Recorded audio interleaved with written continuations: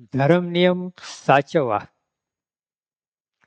અખંડ ગંભીરપણું રાખવું અને હું બ્રહ્મ સ્વરૂપ છું એમ માની આત્મા રૂપે વર્તું. જો આની સહેલી વાત છે, આવી છે. આપણે ઘણી વાર કહીએ છીએ મારું ઘર. તમે ઘર છો, ઘરના માલિક. મારું ઘર કયું? શું સમજવાનું? તમે ઘર છો કે ઘરના માલિક? મારું ઘર માલિક. તો એ રીતે મારું શરીર, શું સમજવાનું? શરીર કે શરીરના માલિક? જો લોચો પડ્યો. હા, આજ સુધી કરોડ જન્મથી એ જ માનીએ કે હું શરીર, હું દેહ. એટલે લોચો વાગે જ ને. તમે શરીર નથી, શરીરના માલિક છો. બોલો છો તમે મારું શરીર, એનો અર્થ શું થયું? મારું એટલે કોઈ વસ્તુના માલિક છો તમે. મારું પ્રયોગ જ મારું શરીર. તમે શરીર નથી, શરીરના માલિક છો. કેટલી મોટી ભૂલ થાય છે, વિચાર તો કરો. 600 કરોડ માણસ છે, બધા ભૂલ કરે છે. ગમે ને પૂછ, તમે કોણ? આ લઠ્ઠો, આ જેસોબો. અમે કાલ નર્મદા કોલેજ ગયા હતા ને, ત્યાં 10 જેસીબી પડ્યા હતા, 50 ફૂટ ઊંચા. અંદર ડ્રાઈવર આવે તો ચાલે ને, પછી ખોદે માટું નાખે. અંદર ડ્રાઈવર હોય તો, નહીં તો પડ્યા રહે. એમાં અંદર ડ્રાઈવર એટલે આત્મા હોય તો, નહીં તો જેસો પડ્યો રહો તમારે. હા, તો જો તમે આ નથી. હા, આ હાથ જોજો. હા, આ હાથ એની જાતે ઉપર ગયું. મંજી કાકા હુકમ કરે કાયાભાઈને, હાથ ઉપર. મંજી કાકો કે હાથ જાય ઉપર. મન કે નીચે તો મન જાય, હાથ જાય નીચે. મન કે ખાઓ તો ખાઓ, મન કે સુઈ સુજો. મન કે ને શરીર કરે. જોજો જોજો, બતાવો તમે, વિચાર તો કરો. મન કે શરીર ના કરે એવું બને જ નહીં. હુકમ, મન હુકમ દે અને શરીર હુકમનું પાલન કરે. જોજો કોને તપાસ કરી આજ સુધી?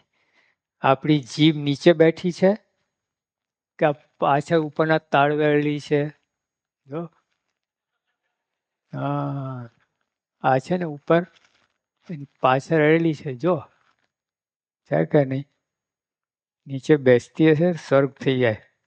હા, હા, આને જ બધું રામાયણ મહાભારત ઉભું કર્યું છે. હા, એક વાર સંવાદ થયો જીવડીને ને દાંતોને. દાંત 64 તમારે, 64, 32 આટલું બોલો.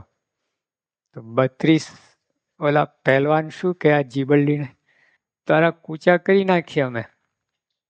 જીબરડી કે હું જરાક વાંકી વળું ને તો 32 બાર. જરાક ગારો દઉં ને સામે એક લગાવે ને તો બધા પહેલવાન 32 પહેલવાન બાર બોખા થઈ જાય. એવું છે. જીભ નીચે ના બેસે, એ ઉપર અડેલી છે પાછળ. આપણે તપાસ નથી કરો. આપણે તપાસ નથી કર્યું તમે કોણ છો. મન છો તો શરીર નથી. મન કેમ જ શરીર કરે. જો કેટલી ભૂલ થાય. અને મન કે શરીર ના કરે ગાંડો. હા, પ્યોર ગાંડો. જરા 1% ડાયો નહીં. મન કે શરીર ના કર્યું બને જ નહીં. તમે કોણ છો? મન થયા કે નહીં? તો મન પણ નથી. ઘણી વાર આપણે કહીએ ભાઈ રહેવા દે, મારું મન માનતું નથી.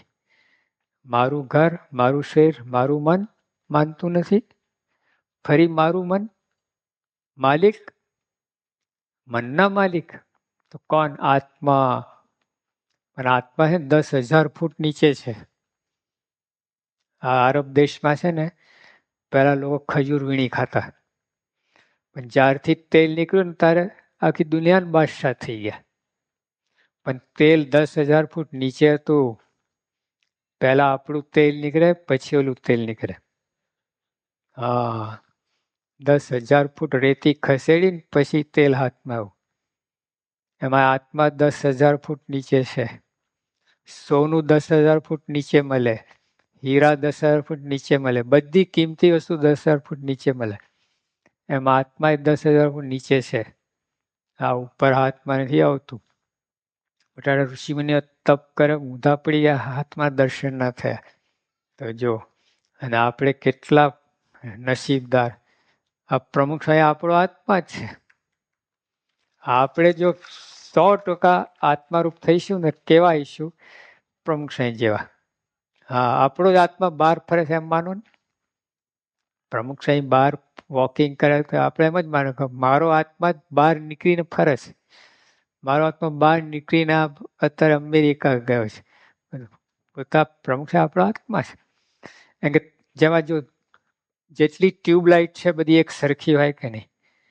બધા 40 વોટનું લાઇટ આપે તમે, લાખો ટ્યુબલાઇટ પર, એ બધા આત્મા સરખા છે. પ્રમુખ સ્વામી શુદ્ધ બ્રહ્મ સ્વરૂપ છે. તો એને જોઈને આપણે કહેવાયશું બ્રહ્મરૂપ થઈ ત્યારે આપણો આત્મા કેવો બનશે? પ્રમુખ સ્વામી જેવા. હા, આદર્શ.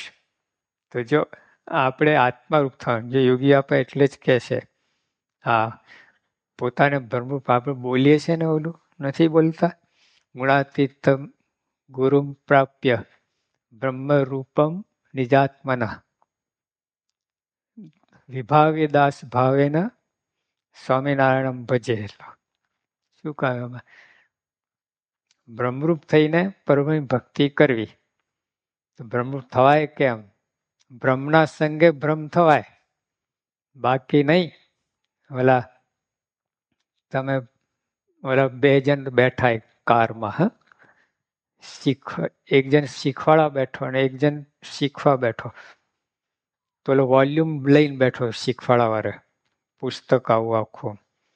પછી કે ચલ ગેર ઢીલા કર, બ્રેક ઢીલી કર, ગેર દબાય, ગાડી ઉપડી, કૂતરું આવ્યું કે શું કરું?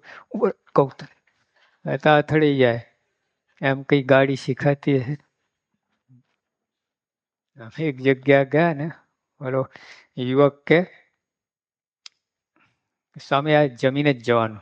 મેં કહું ભાઈ બીજે ગોઠવી ગયું ના ચાલે, આ જમીને જ મોકલું તમને. પણ ભાઈ બીજે ગોઠવાઈ ગયું છે આમ તેમ, કે તમે ફરી આ 10 વર્ષ થઈ ગયા. વાત એ સાચી હતી એની. પછી કરતા 10 વર્ષ નીકળી ગયેલા. બોલો કે આજે છોડું જ નહીં, આજે સામેથી આવ્યા છે બરાબર ભમરો તોલમાં આવે છે. એક મિયાજી 1 કિલો જાંબુ લીધા, અંદર એક ભમરો ઘૂસી ગયો. બોલો કે ખાઈ જાઓ, ચૂચું કરે કે ચે કરે, તારે લીધે મારા 2 જાંબુ ઓછા થયા. અમે તોલમાં આવી ગયા. એટલે કે આજે તો જમન સારું, ચાલ 2 જગ્યાએ જમશું, સાધુન શું. ઓલા ટપ્પા લાવ્યો, અંદર બનાવ બેઠો, બધા ઘરના બહાર ગયા હતા, પોતે રસોઈ બ્રાહ્મણ હતો એટલે બનાવ બેઠો. કલાકથી પછી મારે પગ થોડા છૂટા ગયા તો ઊભો થઈને આટા મારે ગયા રસોડામાં. શું કરે છે? લોટ છે ને બાંધેલો એ ગરમ કરતો હતો. મેં કહ્યું શું કરે છે? સાહેબ લોટ ઢીલો થઈ એટલે કઠણ કર્યું. મેં આમ કઠણ ના થાય, બીજો લોટ અંદર નાખીને એ કરવું પડે. કે બીજો લોટ જડતો નથી કેમ? મારી હાથે ચાલ, તું ભૂખે મરીશ, અમને ભૂખ્યા મરીશ. આમ રસોઈ બનાવ બેઠા. એને રોજ જોયું હશે એની બા કે એની બેન લોટ બાંધતા કરતા. એમ જોયેથી ના થાય, એ તો શીખવું પડે. એમાંય બ્રહ્મરૂપ થવાની વાત કઈ પુસ્તકમાંથી ગોખી લીધું. અહમ બ્રહ્માસ્મિ, અહમ બ્રહ્માસ્મિ, એમ ના થાય, ભ્રમ થાય. આ પંખા ફરે છે ને એવું થાય. રસ્તા બૂમો પાડો, હું કરોડપતિ છું, કરોડપતિ થઈ જાઓ. એમ અહમ બ્રહ્માસ્મિ કે ભ્રમ થઈ જાઓ. એમ ગપ્પા મારો ને, તો ભ્રમના સંગે ભ્રમ થવાય. પુસ્તક વાંચે ને આવું કસરત કરે ના થાય ભ્રમ. જંગલમાં જઈને બ્રહ્માંડ સાંઈ કહ્યું, કોઈ અન્ન ના ખાય રહે ઉપવાસી, એ સર્વે છે મનની હાંસી. આ મનની હાંસી છે, મજાક કરો છો. પછી કોઈ આસમાન ચડી જાવે, મુઆ કો જિંદા કહે તો માયા કો ગુલામ. પેલા લોકો ખેલ કરતા, દોરડો નાખે ને તો સાપની પેઠે ઉપર ચડતો જ જાય દોરડો, પછી ઓલો નટ એમાં ચડે, એના દ્વારા ઉપર ચડે. આવું બધું ખેલ કહે. તો બ્રહ્માંડ છે કે કોઈ આસમાન ચડી જાવે, મુઆ કો જિંદા કરે તો માયા કો ગુલામ હે. અરે સ્પિરિચ્યુઅલ સ્ટન્ટ છે. સ્ટન્ટ પિક્ચર આવે મારા મારી, એમાં સ્પિરિચ્યુઅલ સ્ટન્ટ છે, આધ્યાત્મિક સ્ટન્ટ છે. આ બધું કાંઈ વરે નહીં એમાં. એ તો આવા બ્રહ્મ સ્વરૂપ મળે ને તો જ બ્રહ્મ થાય, બાકી વાત ખોટી તમારે. તો આપણે કેટલા નસીબદાર છે. બ્રહ્મના દર્શન થયા નથી. જો જયરામ સ્વામી કહે છે, મહારે મુનિના ધ્યાનમાં ના આવે, એરે સામરીઓ મુજને બોલાવે. મોટા મોટા ઋષિમુનિઓ લાખો વર્ષથી તપ કરે છે, જેને ઝાંખી થઈ નથી બ્રહ્મ કેવું હોય, એ બ્રહ્મ મને બોલાવે છે. આવ બોલાવે, આશીર્વાદ આપે, થાપ આપે, ગમ્મત કરે આપણી સાથે. કેવું કહેવાય, કેટલા નસીબદાર છે આપણે. હવે આ બધું પામીને પછી આપણે બીજું ત્રીજું કરીએ, ઊંધું છતું કરીએ, જ્યાં ત્યાં પેસી જઈએ ગલી ખૂંચીમાં, હાઈવે મૂકીને, પછી એમાં થાય શું? પછી એમાં ભગવાન શું કરે? એટલે આપણે સરળ એવો નિશ્ચય કરી લેવો જીવની અંદર. એક તો યોગી આ વખત આ બ્રહ્માંડમાં આપણે તુલ્ય ભાગ્યશાળી માનો એ જ ભૂલ. આપણે કોઈ ભાગ્યશાળી નથી. હા, ઘૂંટ્યા જ કરો એને. અને યોગી આપે કે જો આવું ના મનાય ને, ગુરુને સેવ્યા જ નથી. આપણને કેવા મળ્યા છે? આપણું કલ્યાણ તો થઈ ગયું છે. જ્યારથી આ ભગવાન સંગત ત્યારથી આપણું કલ્યાણ થઈ ગયું, પણ મારા દર્શન એનું પણ કલ્યાણ. આવું જો અંદર પ્રતીતિ ના આવી તમને, ગુરુ સેવા જ નથી, ઘણું કાચું છે હજુ. લો તો આ જડતા થઈએ ને, આવા ગુરુ મળ્યા છે, એમને શરમાવું પડે છે. આપણે જો બળ ના હોય તો એમને શરમા કે મારી ભેગારી ના હું ટાયલા વેળા કરે છે, રાંક વેળા કરે છે. આ મોટા એવું થાય. એટલે આપણે બળમાં રહેવું. પછી નક્કી કરવું કે આ છેલ્લો જન્મ કરવો છે. અને આવા ગુરુ કોઈને મળ્યા નથી, એવા મળ્યા છે. આપણે જીવનું કરવું છે, જીવનું કલ્યાણ, કાયનું કલ્યાણ નહીં. કારણ કરોડો જન્મથી કરતા છે. કૂતરા બલાડા કાયનું કલ્યાણ કરે છે. હા, જીવ પ્રાણીમાં કાયનું કલ્યાણ કરે છે. પછી આત્માનું કરણ છે. એવો સંજોગો, એવા બધું સરંજામ ગોઠવાઈ ગયું છે. આમાંથી છટકે પછી શું થાય છે? જાઓ ટલ્લા ખાતા. હવે એવી દ્રઢતા કરવી.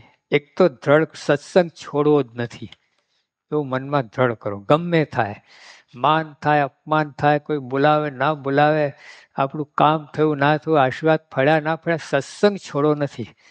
દ્રઢ અંદર કહી દો, ખોટી ખોટી પાક્કું.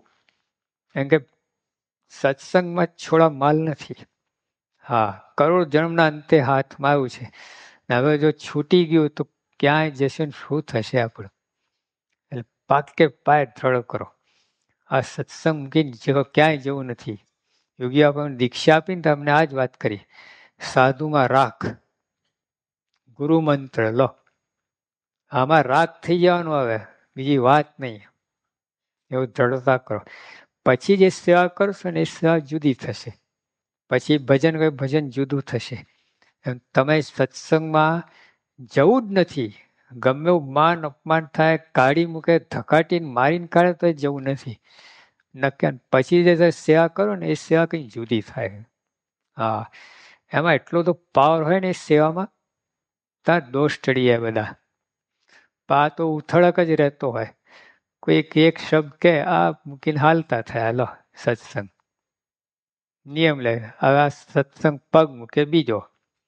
લો એમાં કોનું બગડે છે? તમારું બગાડવાનું, બીજાનું કોનું બગાડવાનું છે? આપણે એટલી બધી માનની અપેક્ષા હોય છે ને. 4 પ્રકારના સત્સંગી કયા? એક કાચના વાસણ જેવા.